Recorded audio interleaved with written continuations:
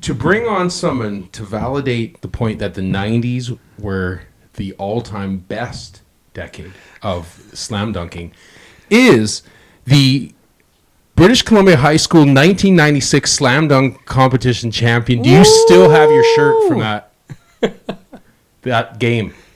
What did you get as a prize for that? I have to. I got a plaque. I got a pair of shoes, a tracksuit, and the T-shirt. Damn! To every person in the dunk competition. Okay, what? Yeah, it was legit. Let me introduce his name. This is Jesse Smith. Everybody's from Victoria, BC, one of my oldest homies. And he was the slam dunking best dunker growing up. That's amazing. Yeah, he was the guy. Tell him, what'd you win? How did you win the competition? What'd you win it on? It was a focus. I won it with a 360 off 2 feet with one hand. Damn! And almost surfed the crowd after. Okay, how tall are you? It was legit. And 5'11". What? 5'11", 360 on a 10-foot rim. Damn, yo. So I have to ask. I don't want to get there eventually. I got it on videotape. Why didn't you ever go? Did you play college ball? Did you ever go semi-pro or international at all? I did. I played 1 year at Camosun College. Damn. Figured out that Canadian athletics was not for me. Mm-hmm. Moved down to the United States with aspirations of going to school and playing ball. Started going to school and was playing as much pickup ball as I could. Yeah. I really just fell into a lot of jobs and gigs that were really appealing to me and kind of let the basketball dream go. It's also a very humbling experience as a Canadian to come to the United States and see who, is really trying out for the team and coming down on top of your head with elbows.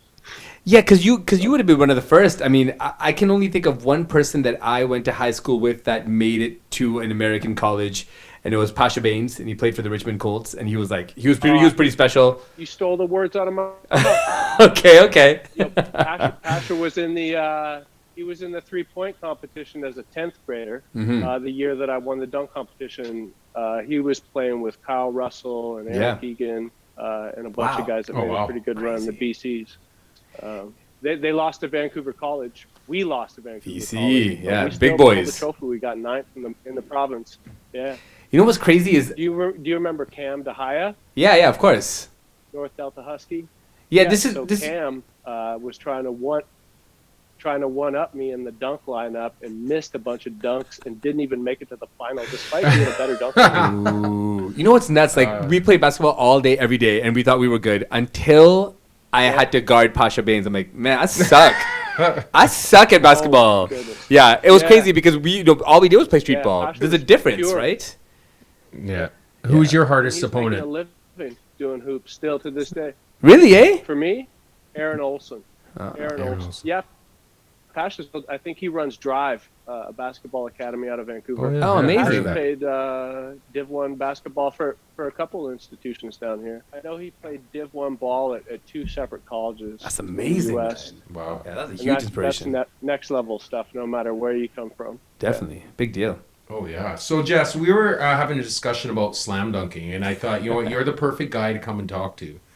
And we were discussing how, really, after the 90s, dunkies just sucked. Like, okay, we did have the odd blip, which was Vince Carter.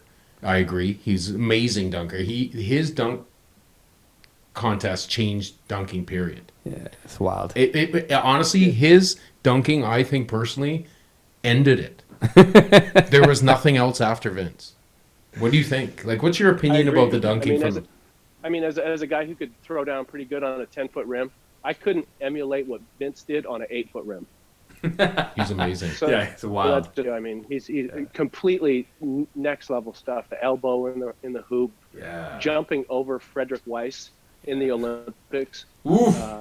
Nuts on his head. To the NBA and dude, nuts on his head. No, thanks. Yeah, that was wild.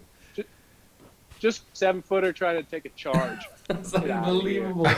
Okay, but what about Zach Levine and Aaron Gordon? How do you feel about Zach Levine and Aaron Gordon? Because that was pretty amazing. Unbelievable. Hard to choose a winner. Yeah. That was amazing. That was the last greatest dunk exhibition I've seen, and I don't tune in all that much anymore. Yeah. Because basketball kind of left me. I came down here and just got so much of it at one point. I had my fill.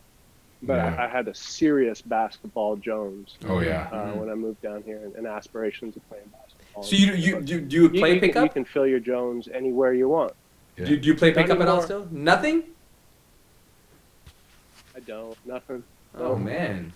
And I haven't for a long time. Yeah. The last thing I did, I played in Mexico as a kind of semi-professional. Oh wow. In that I didn't have to pay for my travel or my accommodation. That's I wasn't great. paid. That's pretty dope. Check, but I didn't have to pay for my travel or accommodation. It was a nice setup, nice uniforms, embroidered. All right, so you're saying that the Vince Carter is the greatest dunker of all time. This is what he believes this, and you had a problem with this. I could see it in your eyes. I do. Okay, so for me, in game is tough because there's some pretty phenomenal in-game dunkers. Dunk contest dunker, I think the most audacious dunk contest dunker is Zach Levine. I think his free throw line windmill is the most ridiculously attempted dunk that I've seen, and he nailed it. Yeah, I mean, I think it was That was in game. He was like a foot in. No, it was dunk contest. Oh, this is. I think he was a foot in. I think Vince's reverse windmill was one of the greatest things I've ever seen. And when Tracy bounced it to him and he did the under the legs, some of the most creative dunks. I just think that what Zach Levine is trying to do, no one has even bothered to attempt yet because they just can't. Yeah, they can't get that high. Well, what is the element that makes a great dunk? Like, what are some of the things you need to make a dunk great, in your opinion? Power, grace, creativity. And it's tough to be creative nowadays because so many things have been done. Mm-hmm. I mean, that's where what I'm getting at is like, is it over? Is the dunking contest over in the NBA? No, it wasn't because it's not. Because I saw something that I've never seen before with the brother from Portland who went to kiss the rim and damn near did it. And then went back and crashed it through. That put a smile on my face. I haven't seen that before. So it was legit. Dude, he could have lost his teeth. Like I said, I dunk competition. Yeah, and it's hard not to shut your eyes when you're dunking a basketball. It's like not leaning backwards when you see a punch coming. Yeah, I really like Obi Toppin bringing his pops out and jumping over his pops. I think that was really cool. That was a cool little homage that he paid to his dad in that part of the dunk contest. But what's the next level in dunking? I did. Jess, what's the next level? What is someone have to do to become a Dominique or become a Michael and have that moment, in the dunk contest again? You got to jump farther than Mike Connolly Sr., who threw down the most impressive free throw line dunk I've ever seen in my life. Mike in the Foot Connolly Locker Sr. Celebrity Slam Dunk Competition. No shit, eh? Yes, Olympic gold medal long jumper. Wow. Right leg with the left hand. Wow. He blew his own mind. Wow. Yeah. So a legit free throw dunk. I mean that's a sleeper dunk competition dunk that not many people know about. Another one is Terrence Sainsbury off 1 foot, 360 as a supersonic, graceful as hell.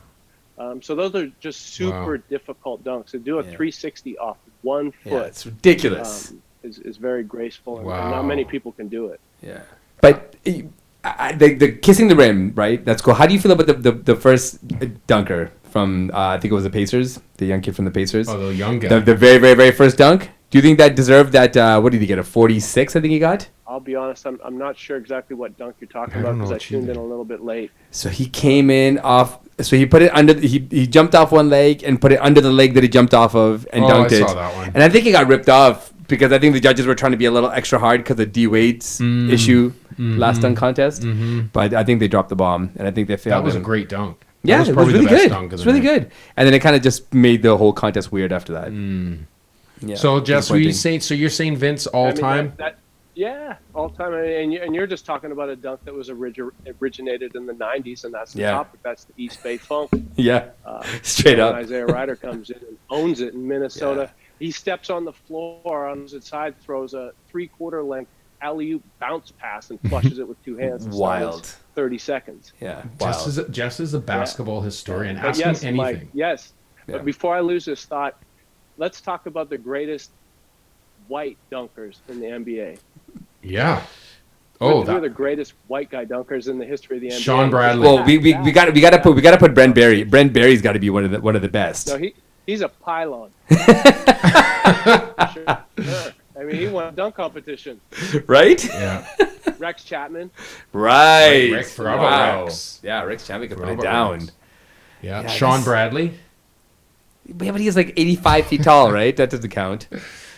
I I mean, Gordon Hayward could dunk a little He bit. got dunked on as much as he dunked on anybody else. Yeah, exactly. the human poster. But yeah, I mean, Gordon Hayward could dunk a little bit. It's not, I couldn't call him one of the greatest dunkers. Larry Bird's dunks were kind of, one-handed, Yeah. weak.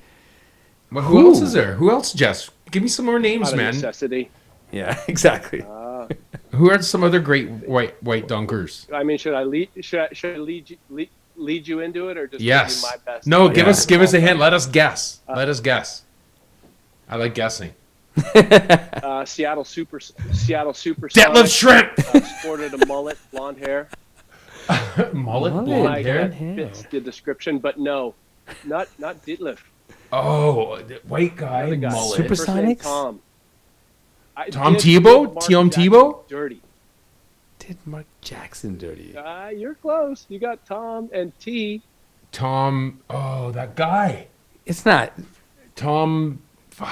Oh, the guy. Is And he then- an and then he analyst went- now? And then he went to Phoenix. He could Yes. well be. He He's could an well be analyst Tom now. Chambers. Tom Chambers. Chambers. Jesus. Chambers would put it on your head. Yes, Yeah. he was. Baseline. Oh, God. Usually off of 1 foot. Yeah. What do you think Tom Chambers is doing now with his life? I think he's an analyst. He's an analyst Wow, that's pretty good. I think he somewhere in some city. Is. Oh, yeah, that's good, man. You stumped us there. about Here, him. try and stump him. Ask him something. Here, let's see. Who else you got? What other white dunkers do you got first? Oh yeah, good way to put it on him. Put it on him again. I know Dan Marley. Dan Marley knows had a a lot. decent dunk game. Well, Dan Marley was all right. What You're about right. Thunder Dan would throw it down Thunder in Dan? transition. yeah, Chris Anderson. Chris Anderson could dunk. He was in a dunk contest. the Bird? Birdman. The Birdman? Yeah, yeah. Yeah, forgot about the Birdman. Yeah. Birdman. Can I tell you, we had a... Chris, it's so Chris funny. Mullen from time to time. Oh, yeah, yeah. Yeah, Chris Mullen. One of the prettiest strokes ever in the history of the NBA. Oh yeah. Who's the best shooter? Do you think all time? Yeah, Jess. Who do you think's the best shooter all time? The best shooting exhibition I've ever seen was Reggie Miller. Reggie Miller warm up was the description of shoot the lights out for me. That's savage. And I'm not a Reggie Miller fan, but I've never seen anybody His warm snap up? the rim like dust coming out of the mesh. Yeah. Snap. Yes. He's a savage. Wow. I used to play NBA games as early as I could, just to watch what they would do pregame. Yeah, definitely. Yeah, seeing Reggie Miller warm up was impressive. Also watching like NBA centers shoot free throws from the 3-point line. Just don't. Chris Stapps. Floosh. Yeah. Don't. Hey, is being 7 feet? Teaching these guys to shoot free throws. Yeah, the European League is different like that. The European League, the big men Yeah. come with all of the fundamentals. In the NBA, it's all athleticism. But in Europe, they come with all the fundamentals. They can all dribble. They can all pass. It's different game. Well, they go to academies. Yeah. That stuff is instilled from the beginning. Like Yeah. if you're Dirk Nowitzki, who overlooked, we should have talked about him as a great dunker because he could throw it down. Oh yeah. Super talent. They put you in an academy. Mhm. Yeah, and it's discipline, and you're working on your left hand. You're working on your passing skills. You're not just focused on dunking like I did, and was a terrible shooter and a terrible dribbler.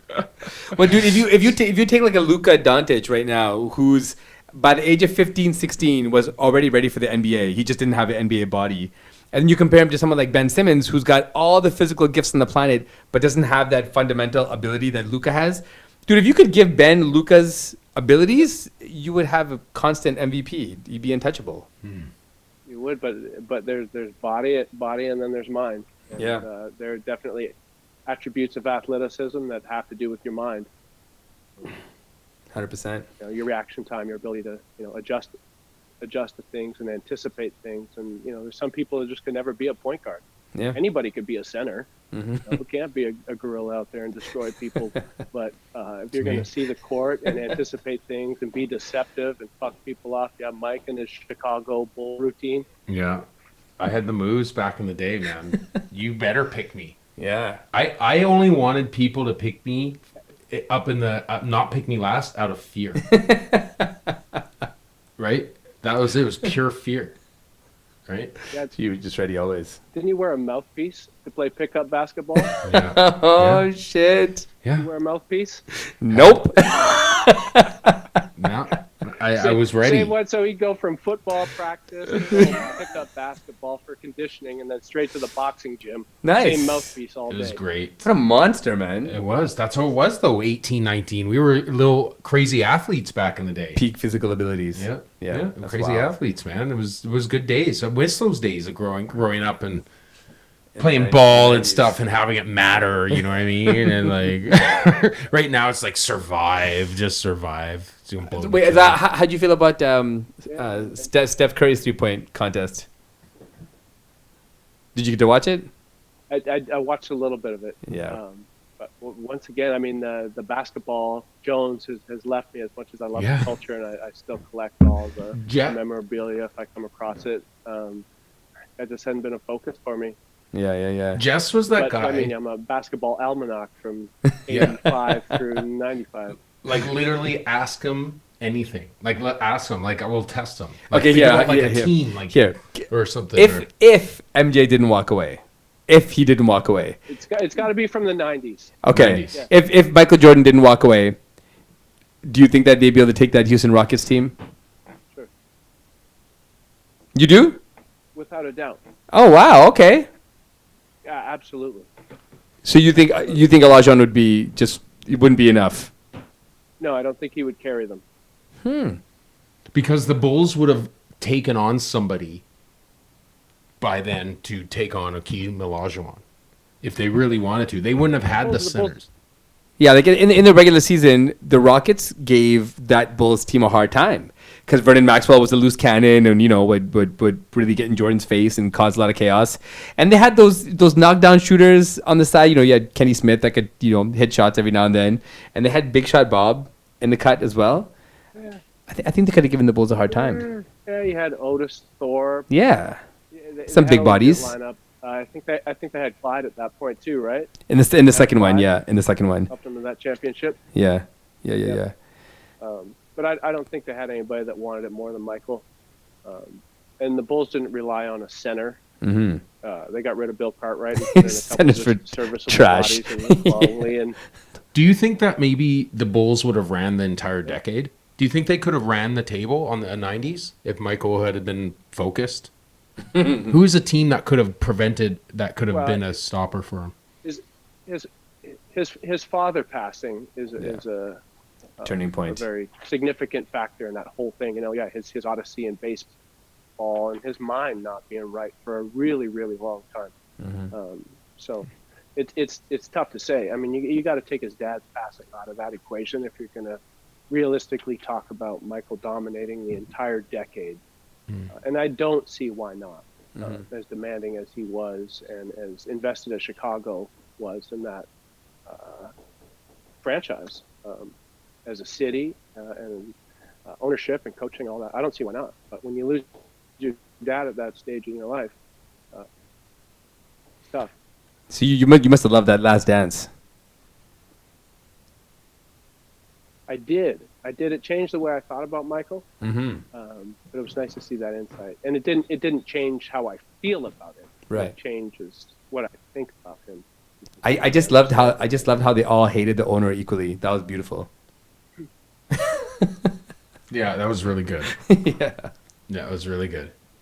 Yeah. And they made it very clear. I think they were all very honest about how they felt. It was pretty impressive. And how they more than hated him, they were emasculating him in public. That was Yeah, it was So a just tough we're situation. extreme at times. Yeah. We wanted to get you on to find out your favorite rapper. We're going to come back to you more often on the 90s podcast here because I know you're a man of much knowledge from the 90s. And can you just tell us quickly where you are right now? Because you got a really cool backdrop. I'm in Portland, Oregon. I'm in Southwest. Oh, I'm down. I call it my studio, but so this is my unfinished basement. I got a bike shop down here. I'm a Oh bike shit! So collector, this is and your I house. Collected like 80s and 90s. Yeah, Oh in my house. shit! That looks dope. I had to convert it a little bit. Thanks, man. So you're obviously a collector. You saw what was behind all those jackets. Yeah, right. Jesse loves bikes, man. Yeah, he fucking made me a definitely. bike. It was great. That's dope. Yeah. Well, Yeah, he's always been as a Canadian kid, you come to the United States and you got all this stuff. It's just like, wow. Oh, so you took People are throwing away that I dreamt of. So. Yeah, different society for sure. It is different. That's good, man. It's really good to see you, bro. We will catch up with you again. Yeah. All right, we'll come back and maybe even are you? Isn't there a UFC fight coming on? Yeah, there is Francis Ngannou against Stipe. Oh, nice. Big Do you watch heavyweight. UFC? Oh, every one, dude. Every single one. What do you think? What's your prediction on the next fight? That's what I'm up to date on. Ooh. All right, so what's your prediction of the next fight in the Francis Ngannou fight? I think Francis is gonna buck him down, man. I see it. With the quickness. I see it. What's your prediction for the fight? I see it too. Big knockout. Oh, Okay, wait. I just want to get your take on how the women's 145 division doesn't exist anymore because Amanda Nunes is so damn good. Nobody can compete, so they had to close the whole damn division down. Wow. Did they officially do that? Yeah, it's over. It's over and done with. Brutal. She was bouncing back and defending both belts, but you're right. There's nobody. It's phenomenal. Maybe Felicia Spencer steps in there from boxing if they make it worth her while, but. And I know Clarissa Shields is training with John Jones. She's getting some MMA experience, but yeah, she's gonna have to fight 135 for the rest of her career. It's not a good cut for her, but she's still the best. How do you if it happened? Would you watch her fight a guy? Oh, that'd be great. From her own weight class, would you watch her fight a guy? Man, I would, but I'm really torn. I hear you. My curiosity would force me to do so, but I'd be mad about it. Man. Right. I'd be mad. I'm mad about transgender men stepping in and I hate that. competing I hate in that women's shit. sports. Yeah, unacceptable. Yeah, that's pretty weird. Fucking Yeah, preposterous. that Fallon Fox beat the shit out of a lot of women, man. That should never have happened. Wow. Yeah. Let's try. Well, we'll come back to you after the fight, and we'll see if your prediction held up. And if it did hold up, we will send you an official High Phrase smoking kit, one of our new merchandise here, starting here on our second season. Yes. So now we're gonna actually be nice to our guests. Yes. Right. We had to warm up to them a little bit. Yeah, we did. But you're our first guest on our first season, buddy, on our second season. So thank you for coming on. Yeah, and thank you Jesse's very going to much. be a staple. He's our go-to American that we have. Can American. Yeah, hey, man. It's dope. Yeah, he's Hit good. me Okay. up. I'll familiarize you with the slang. Thank you, bro. Love you lots, man. Thank you, man. Bye, fellas. All right, see ya. Slow down. Dre, stop. Ben. Is Dre still alive? Yes, he is live. Is he alive? Alive and thriving. He's good. Like, he had his seizure. What did he have? Aneurysm? He had an aneurysm. Yeah, aneurysm. Damn. But they said he's fine. They said he's good. He's got some good doctors. He's got a lot of money. And Lots. money will make you feel better. Ungodly amounts of money. Money will make you not have AIDS if you're magic. Tell that to Easy E. R.I.P. Easy. You know what the problem with Easy was? Didn't have enough money. He'd been ripped off so much in his career. He didn't have enough money Fucking to Jerry fight Heller. AIDS. He could have gotten the alien injection, and that would have taken away all of the issues. Yeah, well, hey, Magic didn't get all the way there, but he's cured HIV. Remember that? What year was that? It was like 90 or something, wasn't it? When Magic had to get retired, was forced to retire. Yeah, I think it was 1991. I think Was it it was right. 1991? Yeah. And remember how how it was? Wow. Everyone was so spooked when Magic came in the building. It's crazy. It's crazy. He was the first big celebrity to catch HIV, and Yeah. I mean, he was the first big one. I think the first one that you could talk about and still be like, well, he looks healthy. Yeah, Because when people found out Freddie Mercury passed from AIDS, he looked visibly shook. Yeah, he His did. body was frail, brittle, and he didn't look the same, right? But it was Magic different looked because great. it was different for Freddie because he was gay, and at that particular time in the 90s, we thought it was a gay disease. Yeah. We thought, oh, it's just gay people get it. Oh, For real. right? That was a for real myth. That was what it was. And that's not being insensitive. That's how it was. Yeah. That was the knowledge. Right? And so when Magic got it, it changed everybody's perception. And everybody started being way more cautious. Yeah, they used to have those condom campaigns and, constantly all over TV talking about AIDS. Brutal. Yeah. And Magic doesn't have AIDS anymore. HIV. He just has HIV. He never had AIDS. Just HIV. All right, so he doesn't have HIV anymore. Yeah. He has it down to 0 counts. He's got a lot of money. How much? But I think technology has caught up since the 90s. That For sure. It used to be like $1,000 a month for the AIDS pill, but now it's like, $26.99. Medical coverage. Go down to Mexico, pick it up in Tijuana. Jeez. Right? Welcome everybody to 90s podcast. We're already on a roll. Yeah, right. In here today, having our third kind of sit down, a lot of Yeah. production shit happening, lots of moving definitely. stuff around. Man, high praise is in full effect. Yes, high phrase with ACDJ Yes, and buddy. Elite. Yeah, we're moving, man. We got a lot of product to send y'all. Get to y'all. It's good. And it's good. And now we're back here in the 90s ride, Mm-hmm. sitting in the back seat of giant Impala. Right? Just turn the hydraulics off. Man, I got a migraine, but we're going to tough this fucking thing out. We're here today going back into 1997. Bling-a-ling-a-ling-a-ling-a-ling. Right? That was a pretty magical interesting year. Magical year. The magic of this year, like we're going to talk about a couple things that happened this year that were truly some of the things that when you think of the 90s, they actually happened in 1997. A lot of things happened, man. And that's what's so cool.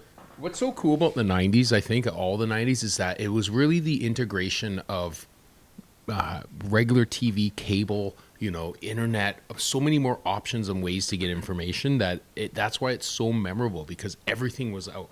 And I think it was kind of like the end of mystery. Yes. Because now you could see everything, behind the scenes things, and you kind of got a real look at what was happening from all angles. And it kind of killed mystery for people. Yeah. And the real content hoarding began. Yeah, oh yeah. So here we are, 1997. You want to Yeah. start us off? What do you got? Your first 97 Wow, memory? absolutely amazing for me. 1997, I was graduating high school. Yeah. And monumental for me because, in high school was a weird kind of thing for me, like grade 8, grade 9. I wasn't really a good student, didn't really pay attention, didn't really have a lot of confidence or anything. But I got the right teacher in grade 10 and made me believe that I was smart. And grade 10, grade 11, grade 12, I transformed into a different student.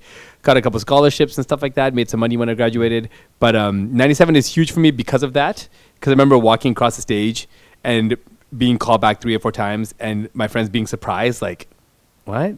Why do they keep calling you up? Because nobody knew I was getting good grades. I didn't really talk about it. I just kind of did it. And then I got called up like 3 or 4 times. So for me, it was like a huge transformation for me. It's like manhood. Yeah, because I kind of got confident, like, okay, if I work hard, I can actually make shit happen. And it was a big deal for me. So, and then that same, you graduate, get all this cash, summer holidays begins, and then I meet the woman that I eventually marry. Oh, wow. That was in 97? Right out of high school. Wow. Yeah. That's crazy. Yeah, it was wild. Wow, that's amazing, man. 97. That was a good year for you. Transformative, You absolutely. went from like nerd to man. Yeah, pretty Kind much. of, right? Like geek to chic. Yeah, and I mean, the thing is, I always played ball. I made the high school basketball team, so Yeah. I was a athlete of a kind. Yeah. But school was what made me really tick. Cool, dude. I was like Yeah. 3-0 as a professional fighter. Oh, damn. I wish I could say I was still in high school, but I would have made me 22 in high school. Right? And I wasn't that far off. Right? 3-0, so you came out roaring. I never lost. Oh, geez, your whole career, eh? Fuck, now I'm going to get challenged by everybody who sees me. We never lost, eh, tough guy? Don't. It's not worth it, guys. Don't do it. Fuck no, it's not worth it for me. Like, are you kidding? These guys are all MMA fighters now. It's just like, Different way. they're ready to shoot you. And not shoot you with a gun, like shoot your legs. Take you down. Take Double you legs. down, Double right? legs. 1997 opened that year with a huge thing in my books. Now, you're going to laugh at me when I say this. This is our first topic of 1997. January 10th, 1997. What does that date? If I say January 10th, 1997, what is it? The only thing I can reference is the month and not the day. Okay. Do you got anything? The month of January 1997, it was a lot of fun because we were kind of like finishing up all of our big tests and stuff like that. And it was kind of just coasting to the end of the year. Oh, you were back in reality. Yeah. Okay, I was living a good talking life. non-reality. Nope. I was talking television. because let's just face, I've watched lots of television in my life. But on January 10th, 1997 was the 4,000th episode of Entertainment Tonight. Do you ever watch? I know, like, listen, I know we go on some crazy. We're gonna go up. We go pop culture and politics. We go all over the place. But I wanted to enter on a really high or low note wherever you. But that's nothing. That was 4,000 episodes. So you think of all the time before '97 that they were doing it just on TV. You remember growing up watching Entertainment? Yeah, I loved Tonight? it. John Tesh, right? John Tesh. Do you know what famous song John Tesh wrote? Yes and no. I know. This is a weird trivia question. Yes, but it I is. can't remember Yes, it is. what is it? The NBA theme song. That's so weird. He had a side career as an artist, right? Yeah, he wrote a ton of Made some songs, weird- like weird some. music. Yeah, he was like big on the piano and saxophone and shit. He was in those days of Real like. boring. Yeah, it was like Engelbert Humperdinck, John Tesh, Yo-Yo Ma. Like Yeah. all these fucking, That style of music. who's the clarinet guy? Dude, Kenny with the G. long hair. Kenny Kenny G was in there. Adult contemporary music. Oh we'll call man, it. that was the 80s. So to today, Entertainment Tonight has done 12,366 episodes. Holy. Right, put in perspective. What does the Simpsons have? Something like They're up there as well. They're Yeah, ungodly amount of shows. yeah. But can you imagine having that many shows just on celebrities? That's all Yeah. they do. it's a big business entertainment, and back in those days, and this is really crazy to say, but back in like the 80s and 90s, there were never black stars on Entertainment Tonight. Very infrequent. You had very few, and this is what people don't get is the 80s. There were very few black actors.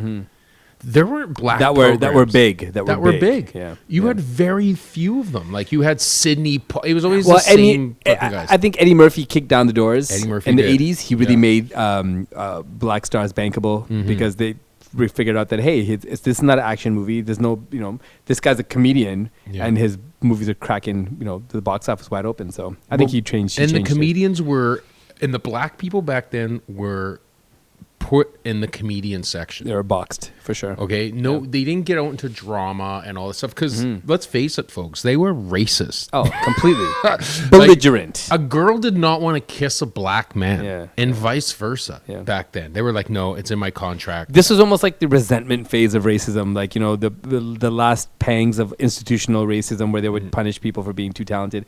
Because guys like Eddie Murphy, Richard Pryor, these guys were way too talented to be boxed into one kind of art. Oh yeah, but they were. But they were. It was just a sign of the times. And you're right, Eddie kind of broke out of it. And I always remember that. Like Bill Cosby was in there, right? And was that the Bill Cosby, the fucking Jello, man. He was in there all the time, right? He was like the token black guy. But did you watch Bill Cosby? Yeah, of course. The Cosby Show? Dude, he was a genius, man. It's amazing. He's a fucked up human being. Gordon but Gautreaux he's a genius. Yeah, he was. Comedically. And I think he was probably a diabolical genius in the other aspect of life because he got away with it for 50 years. So now here you say that, right? And I remember seeing George Lopez stand up talking about Bill Cosby. He's a big Bill Cosby fan. And he said that if you're going to persecute Bill Cosby for this, then Jay Leno should be right beside him. He said this is the thing in the 70s. Quaaludes was everywhere for everybody. You're right. And everybody woke up regretful, right?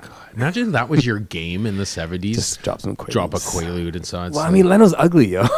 So you have to. Hey, would you like a drink? We're going further back than the 90s, but if you go to the 70s and watch Cosby, he was a different beast, Yeah, man. he was good. Eloquent, smart speaker, Yeah. put people in their place. He was pushing the racial curve of what's socially acceptable way back in the 70s. And the comedy was weird back then, though, too. It was Different. like very long jokes, like the jokes were long. They went on and very theatrical, Yeah, right? Like yeah.